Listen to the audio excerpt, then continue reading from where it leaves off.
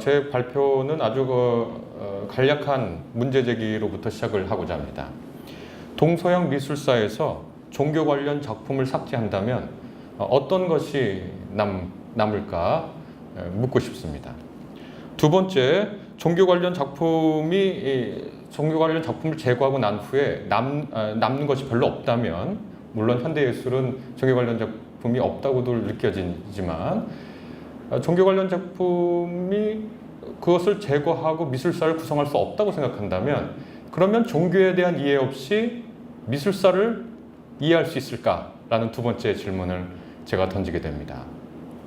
그러면 우리가 미술을 공부한다는 것, 미술을 교육한다는 것, 그것은 동서양을 막론하고 종교에 대한 이해가 없이는 충분한 연구에, 충분한 이해에 도달하기 어려운 것이 사실이라고 우리는 인정하지 않을 수 없을 겁니다.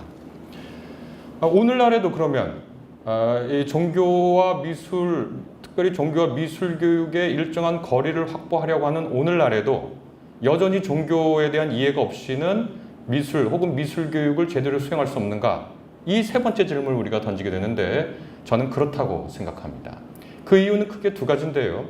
하나는 우리가 살고 있는 이 세상이 여전히 종교적일 뿐만 아니라 종교 인수가 줄어들지 않고 있다는 사실에 기반하고 있습니다. 2015년에 나온 CIA 통계에 따르면 세계에 사는 사람들 중에 85%가 종교를 갖고 있다고 얘기합니다. 가까이 있는 중국은 기독교 인수가 5천만 명이 된다고 얘기합니다. 그러면 조만간에 중국을 이해하기 위해서는 중국 공산당뿐만 아니라 중국에 있는 기독교인을 이해하지 않으면 중국을 이해할 수 없게 되는 상황입니다. 두 번째로는 종교 인수가 늘어난다는 것은 종교의 영향력과 기능이 여전히 강력하게 유지된다는 것을 또한 의미합니다. 그리고 우리가 인간 본성에 대한 여러 연구들이 보여주듯이 심지어 종교의 적대적인 진화 심리학자들이나 진화 생물학자들도 인정할 수 없는 하나의 사실은 인간이 매우 종교적인 존재라는 겁니다. 그래서 종교학자들 사이에서는 호모 사피엔스는 호모 렐리기오수스다라는 말이 있습니다. 호모 사피엔스, 슬기가 있고 무엇인가를 생각하는 인간이라는 존재는 바로 종교적 성향을 띠고 있다는 것이 진화 생물학자들의 결론이기도 합니다. 그래서 저는 종교적 시각 문해력이 오늘날의 미술 교육에도 여전히 중요하다고 생각하고, 이러한 흐름은 지금 영국이나 미국 같은 계통에서는 종교와 미술을 어느 정도 분리하려는 움직임이 있지만, 그렇지 않은 곳에서는 꾸준히 종교 교육을 하는 러시아나 독일 같은 데서는 그런 현상으로도 나타나고 있다고 생각합니다. 그래서 제가 하는 발표의 그 핵심은 어떤 것이냐면, 어떻게 종교와 이미지가 서로 시원해서 탄생했고, 저는 죄송하게도 동양 종교를 공부하지 못해서 서양 역사에서 어떻게 이미지와 종교가 중요한 접점을 가지고 전개되어 왔으며, 중세시대, 우리가 흔히 말하는 중세시대, 그리고 종교개혁 이후로 종교와 미술 사이에 세 가지 관계가 형성되고 난 후에 오늘날의 이른바 세속화된 사회에서, 우리가 종교 국가가 아니니까요, 세속화된 사회에서 종교적 시각 문해력 혹은 종교를 통한 미술에 대한 바라보는 관점이 어떤 것일 수 있는지에 대한 한 가지 말씀을 여러분하고 함께 나누려고 합니다.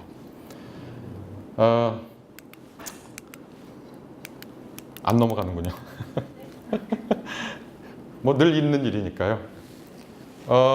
이 그림인데요. 제 논문에도 써놨는데, 이게 터키 북동부 지역에 있는 göbekli tepe라는 곳인데요.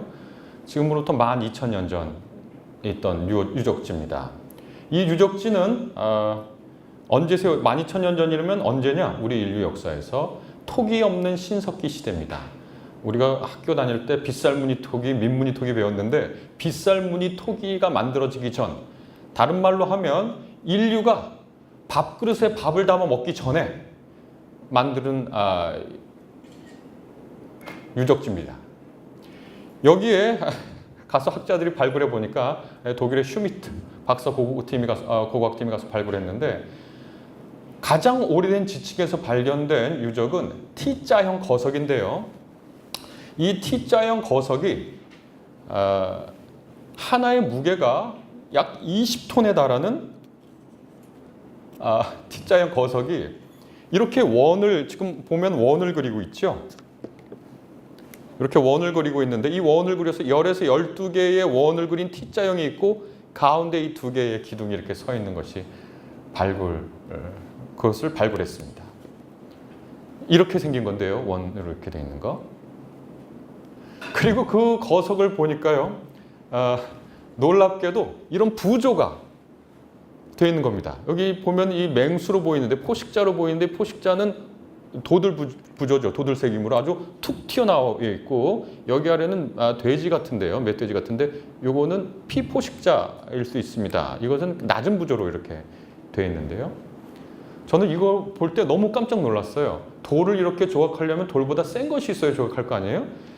그래서 제가 이 돌의 종류가 뭔지 보니까 강한 돌은 아니더라고요. 화강암 이런 건 아니지만 토기를 만들기 전에 인류가 이것을 만들었다는 거예요. 그것도 이게 뭐 하나 발견되는 게 아니라 최소한 20여 개 이상의 원이, 무리의 원이 발굴되었다는 겁니다. 그럼 도대체 이것이 무엇인가? 도대체 이것이 뭘 하려고 이것을 만들어 놓은 것인가? 학자들의 연구의 결론은 이곳이 신전이었다라는 결론을 내렸습니다. 그리고서 거기에 발굴팀에 속했던 한 학자가 매우 인상적인 얘기를 하나 합니다. 도시가 오기 전에 신전이 먼저 왔다. 문장 그 독일어 그대로 하면 신전이 오고 난 후에 도시가 왔다는 거예요. 그리고 이 괴베클리 테페라는 게 터키어로 언덕이라는 뜻인데 150km 떨어진 곳에서도 이곳을 방문한 흔적을 발굴합니다. 여기서 이제 신전이라는 걸 어떻게 알게 되고 신전이라는 걸 알게 된 것에도 불구하고 일련의 이런 부조와 이런 것들을 해석하는 분들이 어떤 식의 해석을 했는지 여기에 재미가 있어요. 여기에 저는 굉장히 재밌었습니다. 이것이 신전이라고 말했어도 여기에 있는 이 부조들을 보고 설명하는 사람들은 예를 들면 이런 거거든요. 오리 같죠? 요 위는 오리 같고 요 아래는 전갈입니다. 이런 다른 동물들 이런 것들 여기는 포식자 같고 여기는 돼지 같고 여기는 또 오리가 있고요. 그리고 밤에 보면 참 멋진데요. 이렇게 밤에 이게 12,000년 전 작품들입니다. 이렇게 되어 있는데 이걸 신전이라고 얘기해 줬는데도 불구하고 이 부조를 본 사람들은 어떻게 이걸 해석했느냐? 그 전에 요즘 최근 경향 전에 이것을 전형적인 힘의 관계가 나타나는 걸로 해석했습니다. 다시 말해서 포식자와 피포식자의 관계를 제 글 52쪽에 각주 15번에 있는 것인데요. 15번쯤에 있는 것인데 포식자와 먹잇감을 그리고 포식자의 위계와 힘을 상징하는 것으로 해석합니다. 이게 당연히 어떤 진화론적 시각에서의 해석입니다. 그리고 연구가 진행되면서 학자들이 깨닫기 시작합니다. 이것을 그런 어떤 힘과 위계에서 해석할 것이 아니라 이곳이 신전이라는 것을 감안하고 다시 새롭게 보기 시작한 거예요. 그리고서 동시대의 여러 다른 것들과 비교해 보기 시작합니다. 예를 들면 이건데요. 이것은 괴베클리 테페에 나온 것이 아닌데 두 사람이 지금 춤을 추고 있고 가운데는 거북입니다. 트랜스하는 거죠, 사람이. 인간과 동물 사이를 오고 가는 겁니다. 저는 다른 학자들의 도움을 받아서 이 괴베클리 테페의 원과 거기에 그려져 있는 포식자와 피포식자와 여러 동물들을 힘과 위계의 관계가 아니라 그들이 살아가는 세상에 대한 일정한 재현으로 생각합니다. 사람들은 10개 혹은 12개의 기둥에 자기의 자리를 잡고 앉아서 그곳에서 이 세상에서 일어나는 일, 다시 말해서 무엇인가가 먹고 거기서 이제 제사를 드렸을 테니까요. 재물을 갖고 와서 먹고 재물을 다 먹고 나서 포식자였던 사람들이 샤먼을 통해서 샤먼이 그 먹잇감을 먹고 나서 피포식자처럼 행위하고 거기 참여해서 앉은 사람들은 포식자로 먹었지만 자기의 목숨을 위해서, 자기의 생명을 위해서 희생당한 그 먹잇감을 생각하면서 그들과 자신을 동일시하고, 그러면서 고마움과 일체감을 형성하고 거기서 일종의 삶의 좌표를 얻었을 거라고 생각을 합니다. 세상의 질서에 대한 생각, 안정감, 그리고 세상의 중심에 대한 생각. 우리가 아는 옴팔로스나 또 테훔, 히브리어로 테훔, 이런 말들은 우주의 중심이라는 뜻인데, 이 괴베킬리 테페에 왜 이 신석기인들이 이런 것을 세웠을까? 간단합니다. 세상의 중심을 만들려고 하는 노력이었던 겁니다. 거기가 세상의 중심이기 때문에 150km 밖에서도 온 겁니다. 제가 지금 한 해석은 종교적 시각 문화력을 가지고 한 해석입니다. 그러나 이 유물에 대한 이전의 해석들은 진화론적인 입장에서 한 해석들이었어요. 어떤 게 더 적절할 것 같습니까? 제가 이런 질문을 드리려고 합니다. 인류의 이미지의 시원에 과연 무엇을 가지고 이 이미지의 시원을 우리가 연구할 수 있을까의 문제를 제가 제시하고자 하는 겁니다. 이후로 제가 뭐 이런저런 얘기를 드려야 하지만 저는 시간 강박이 있어서 절대로 30분을 넘지를 못합니다. 그래서 아시는 내용은 빨리빨리 넘어가도록 하겠는데요. 이 이미지, 종교적 이미지의 역사를 보다 보면, 이거 좀 죄송스러운 말씀이긴 한데요, 이미지가 하려고 했던 모든 것을 이미 다 사고 실험한 것 같아요. 제가 고대 이집트어를 배우진 않았지만 딱 두 개는 알고 있습니다. 고대 이집트어. 하나는 뭐냐면, 요게 이제 그 일종의 그거 잊어버렸네. 요게 요렇게 된 거, 요 원에 있는 게 파라오의 이름을 말할 때 이렇게 쓰거든요. 파라오의 이름을 말할 때. 요거 압니다. 요거 통치자라는 뜻입니다. 요게 아케나톤 통치자인데, 갈고리 하나, 이거 하나 들었죠? 두 개의 셉터. 남부 이집트, 북부 이집트를 모두 다스렸던 룰러라는 뜻입니다. 여기 아멘홉라는, 이게 아마 이거는 음성어를 따온 것 같고, 요거는 표의고 요거는 표음이고, 이 아케나톤, 이 얘기를 왜 하냐면, 이 이미지가 결국은 종교적 인간들, 호모 렐리기우스에게는 실제와 이미지가 구분이 되지 않았던 거죠. 이미지를 통해 실제를 보고, 실제는 이미지 속에서 기독교적 용어로 하면 성육한다. 거기서 현현하고 이미지와 실제 사이에 분리되지 않은 생각을 했고, 이것의 힘을, 이러한 이미지와 실제의 힘을, 강력한 이 힘을 파악한, 다시 말해서 이미지를 세운다는 건 곧 어마어마한 실제를 불러일으키는 것이다, 불러 들여오는 것이다 라고 생각한 이른바 고대인들에게 정치인들은 이 이미지를 적극 활용해서 자신의 권력을 강화합니다. 다시 말해서 제가 괴베클리 테페를 통해서 여러분에게 전달해드리고 싶었던 것은, 이미지가 불러오는 이 세계의 질서감, 안정감, 자기가 어떤 존재인지에 대한 깨달음, 세상의 중심축을 얻는 것 등등이었다면, 이것이 이집트 고대부터 와서 정치와 밀접하게, 힘과 밀접하게 관련되면서 그 역사를 진행해 나갔다라는 겁니다. 그게 제가 여러분한테 쓴 54페이지부터 있는 이미지의 실제 재현 가능성과 종교정치학이라는 부분에서 제가 드리는 말씀입니다. 예를 들면 이런 것들 보면은요, 매우 재밌습니다.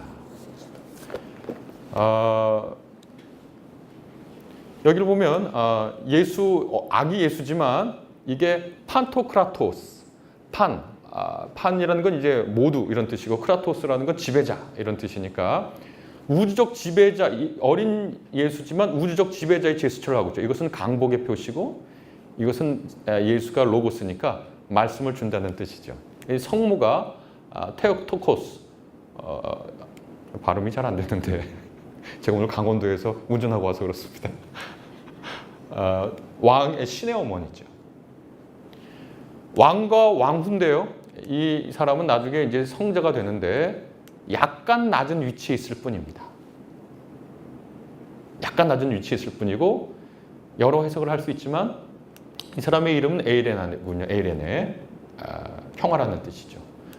이 사람이 황제인데 예수가 내려준 복을 받거나 혹은 예수에게 헌금을 하거나, 여기는 여기에 상응하지 않습니까? 복을 내리고 받는 것이고, 여기는 이거에 상응하는데 예수가 준 말을 받아들거나 혹은 신자들의 기도를 올리거나. 이것은 터키에 있는 모자이크에서 가까운 것인데, 이것이 이미지와 실제 일치적 사고를 하는 고대인과 중세인들에게 이미지가 가질 수 있는 정치적 힘을 한껏 활용한 하나의 전형적인 예로서 여러분들에게 말씀을 드리려고 합니다. 이것이 부정적인 것만은 아닙니다. 왜냐하면 성서에, 제가 서양 종교니까 기독교에서는 이미지에 대한 최대한의 긍정의 표현이 있고, 그것을 제가 이제 54, 55, 56쪽을 걸쳐서 쭉 썼는데, 예수라는 존재는 뭐냐면 신의 이미지예요. 신의 이미지인데 신의 이미지인 예수는 신 자체예요. 이게 굉장히 이미지에 대한 최대치의 긍정이거든요. 그런데 그 신의 이미지자 신 이미지, 곧 신 자체인 예수가 이미지를 가지고 제의를 만드는데 그것이 성만찬입니다. 그래서 예수의 떡을 들고 이게 내 살이다, 포도주를 들고 내 피다, 이렇게 얘기하는데 그 성만찬에 참여한 사람들은 신의 실제에 참여하고 신의 공동생활에 참여해서 이른바 구원에 도달하는, 그러니까 인간들에게 신적 실제와 동일감을 주는 그런 기능을 했던 겁니다. 그러니까 오늘날의 이미지는 너무 도구처럼 사용하는 것 같아요. 이미지를 다루는 많은 분들이 도구화하고 하나의 상대화하고 하는데, 실상 인류에게 이미지는 어떤 것이었냐면 이미지로 인간을 불러서 이미지가 재현하는 질서로 인간이 스스로를 이해하고 거기서 사고하고 느끼고 행동하게 하는, 어떻게 보면 존재론적인 차원에서 이해되던, 형성되어던 이미지였는데, 그게 오늘날은 좀 도구화돼서 조금 실망스럽긴 합니다만 그건 뭐 나름대로 기능이 있겠죠. 또 이 반대로 여러분 잘 아시다시피 성상 파괴 논쟁이 있었습니다. 성상에 대한 극렬한 성상 파괴 운동이 있었는데, 그것은 오늘날의 얘기로 하면 이른바 이미지의 비판적 읽기라고 할 수 있겠습니다. 다시 말해서 오늘날 어떤 대중매체나 대중미디어나 영화에서 이미지를 재현하면, 특별히 나치 시대나 전체주의, 뭐 이북의 대량 매스게임 이런 걸 보면 우리 전문가들이라는 사람이 나타나서 저것은 말이죠, 이데올로기적 선동입니다. 저걸 통해서 자신의 권력을 과시하고 그러면서 이 사람들을 동원하고 선동하고 거기에 참여시키려고 하는 행동이죠. 이러한 이미지에 대한 비판적 읽기가 이미 중세 이전부터 시작됐다는 거예요. 그리고 그것이 이미지 성상 논쟁, 다시 말해서 비잔틴 제국부터 시작된 사유의 단초가, 그리고 좀 죄송하게 주제넘게 말씀드리자면 이미 거기서 이미지와 실제 사이의 연결을 단호하게 끊어버리는 매우 날카로운 논쟁들이 이미 그때부터 존재했다는 것을 감히 말씀을 좀 드리고 싶습니다. 그리고 그 시온에는 이미지에 대해서 최대치의 긍정을 했던 기독교의 성서가 또 있고요. 너희는 나 외에 다른 어떤 신상도 만들지 말라. 여기서부터 시작된 것 말이죠. 아이고, 한 5분 정도만 하고 말겠습니다. 이것이 중세를 지나서 종교개혁 시대가 오면서 제가 생각할 땐 세 갈래 길을 걸은 것 같습니다. 하나는 루터파의 이러한 건데, 여기서는 그림이 신앙적 실제를 설명하는 일종의 일러스트레이션으로 약간 전락하게 됩니다. 이것은 한스 홀바인이 그린, 위대한 한스 홀바인이 그린 그림이지만 이 그림은 전적으로 루터파의 성서 해석을 가르치는 데 있습니다. 가운데 호모가 있습니다. 호모, 인간이죠. 엘리야라는 사람이고, 이 사람은 세례자 요한입니다. 가운데 나무가, 여기는 시들고 여기는 푸릇하죠. 여기는 구약의 세계입니다. 렉스, 법률이 내려옵니다. 신으로부터, 모세죠. 모세와 대응하는 사람은 그라티아, 은혜를 내려주는 성모입니다. 대비되죠. 여기에는 구약 시대의 거기 그 노뱀입니다. 거기에 상하는 것은 예수의 십자가 죽음입니다. 페카툼, 타락입니다. 아담과 하와의. 여기는 아뉴스 데이, 하나님의 어린 양입니다. 여기는 모르스, 죽음입니다. 여기는 빅토리아 노스트라, 우리의 승리. 예수가 죽음, 모르스를 밟고 승리하는 모습. 이게 루터파의 성서 해석인데 이런 시각 보조제로 됐죠. 그리고 이러한 전통이 이어지다가 헤겔에 이르러서 비로소 예술의 종언이라는 말이 나오고, 예술의 종언은 바로 이런 식의 성서, 이런 식의 그림은, 예술은 더 이상 어떤 신적 진리를 전달하는데 필요하지 않다. 그런 식으로 돼 있죠. 이것은 현대 예술에서 더 이상 찾아볼 수가 없습니다. 사실 교회에서 찾아볼 수 없습니다. 불교 절이나. 두 번째, 이것은 데이빗 베일리가 그린 바니타스입니다. 이것은 이른바 개혁주의 교회에서 들어와서 노골적으로 얘기하진 않아요. 어떤 종교적 메시지를 그럼 어떤 식으로 말하는가? 거기 써 있는 약간의 글과 장르로 놀깁니다. 장르는 바니타스입니다. 우리가 잘 아는. 그리고 여기에 써 있습니다. 바니타스 바니타툼 옴니아 바니타스. 헛되고 헛되니 모든 것이 헛되다. 라는 글이 여기 써 있으면서 이것이 인생에 대한 일종의 은유로 얘기합니다. 원래 자화상이 이 사람 같지만 사실은 이 사람입니다. 늙은 시절에, 젊은 시절의 자기인데 젊은 자기나 늙은 자기나 한 겹 차이라는 거죠. 바니타스 그림은 잘 아실 테니까 제가 굳이 더 설명드리지 않겠습니다. 그리고 오늘날의 영성예술, 이른바 종교적 시각문해력이 요청되는 부분, 그리고 오늘날까지 굳건하게 살아남은 부분, 이 부분이라고 생각합니다. 렘브란트입니다. 렘브란트는 칼뱅주의, 이른바 개혁주의에서 했는데 크게 두 가지가 주목할 수 있습니다. 하나는 개인에 대한 생각이고 하나는 정신성인데, 이 도살된 소 같은 경우에 전혀 종교적이지 않고 이른바 정물화 같지만, 이 보나프 같은 사람이나 최근엔 들레즈 같은 사람은 이거 보면서 뭐 떠오르니? 십자가에 달린 예수가 떠오른다. 이렇게 들레즈는 얘기합니다. 저도 그렇게 떠올랐습니다. 구구절절한 얘기는 제 글에 잠깐 써놨으니까 참조해 주시면 고맙겠습니다. 오늘날은 어떻게 됐는가? 이거 누가 그린 것 같습니까? 앤디 워홀이 그린 겁니다. 저는 앤디 워홀을 일종의 오늘날 종교와 미술이 유지하고 있는 불안정한 분리, 비호의적인 무관심의 거리를 거울처럼 반영해주는 사람이라고 생각합니다. 제 책에도 제가 쓴 워홀에 대해서 쓴 논문이 한 2개 있는데, 거기 보면 이 사람이 매일 교회를 갔어요. 노년에는 매일 교회 가서 15분씩 기도하고, 자기 침실에는 기도단이 있고 기도서가 있고, 이 사람의 최후의 전시가 밀라노에서 한 최후의 만찬 연작 시리즈입니다. 물론 그 다음에 연작을 계획했던 건 포르노 기획전이었죠.